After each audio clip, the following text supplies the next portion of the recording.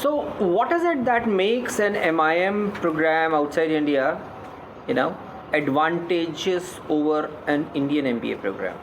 Right. Point number one. First and foremost, the global exposure levels. Right.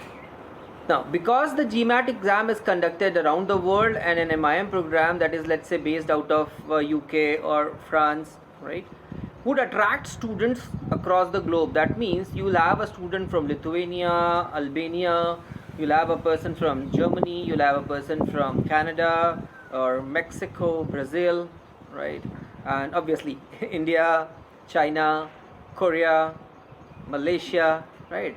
So the simple diversity of profile that an MIM program has is far ahead of an Indian MBA program. An Indian MBA program hardly has any diversity profile, with almost 70% of the population coming from engineering background, right. So that is advantage number one. Now, how does diversity help? Diversity helps in developing better perspective and more practical understanding to how you need to deal with people around the world. And we're talking about a globalized world, a global economy. I very strongly feel that a global perspective and handling various ethnicities, you know, is very important if you want to play on a global platform. If you want to, have a job which operates on a global platform, then an MIM makes much higher sense over an Indian MBA program. Second, the kind of companies that are recruiting from MIM schools around the world, the top MIM schools around the world, like let's say Airbus Industries, right, Rolls Royce, Mercedes Benz, right, and let's say Schneider Electric, right, some of the Korean keyboards, right, they do not even come to Indian B schools for recruitment. You cannot hope to get some of the best profiles. For example, a very top end brand called Louis Vuitton, right, that would operate only out of operate in Europe and take students probably doing MBA from France or UK or Germany or things like those. They would not recruit from India, right. So if you're aspiring to work with such labels, global brands, MIM makes sense compared to an MBA in India, right.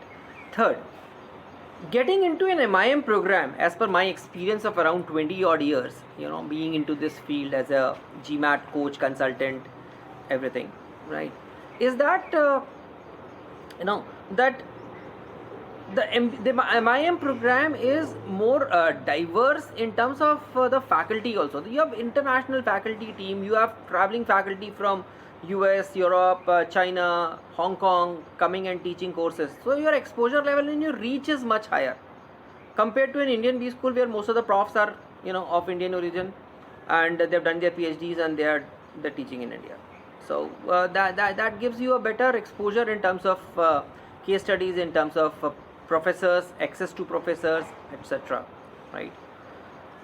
The next point is why an MIM is preferred over an MBA program is the fact that an MIM basically gives you connections. Why people do MBA? Let's talk it very frankly. People do MBA primarily because of networking, and obviously in an international B school, the networking that you can have, it outweighs anything that you can have in India. So that's another advantage of having a global network, right? Imagine that you are doing your MBA from let's say MIM from HEC Paris, right? So your batchmates are from Lebanon and Tunisia and let's say China and Macau and Korea, and tomorrow you want to set up a manufacturing base in India, let's say, right, of a product, and you want technology from Korea. What you need to just do is to dial your friend sitting in Korea and say, hi, I need this, can I get you on board and can you help me out? That person is going to take care of your technology issues and the relevance of your technology that you're going to employ in your production facility, things like those. So having a network across the world makes a big advantage, it gives you a big advantage, right? However, deciding upon an MIM program, you have to keep certain considerations. One, it is not necessary that the country in which you're doing your MIM from would offer you an employment in that country itself. For example, you might be doing an MIM from Europe let's say France, and you are doing your work in Belgium or let's say Romania, right? So it's not mandatory that you will be settling in the same country, right? You might be employed anywhere in the world. 2, in certain cases like MIM in non-English speaking countries, especially if you're looking at France, Spain, Italy, Germany, right, you'll have to get a hang of the local language. So at least level 2 of French, level 2 of Spanish, German, that has to be done if you want to pursue a course over there. Although the course is taught in English language, but a local language proficiency is required, especially in front-end jobs and marketing, right? So you need to be careful that if you're planning for an MIM, let's say in Germany, you start learning Germany at least 1 year before you apply, because that is going to be a question that's going to be asked in your interview. Definitely, what level of German do you know if you're applying to a German B school, right? Thank you.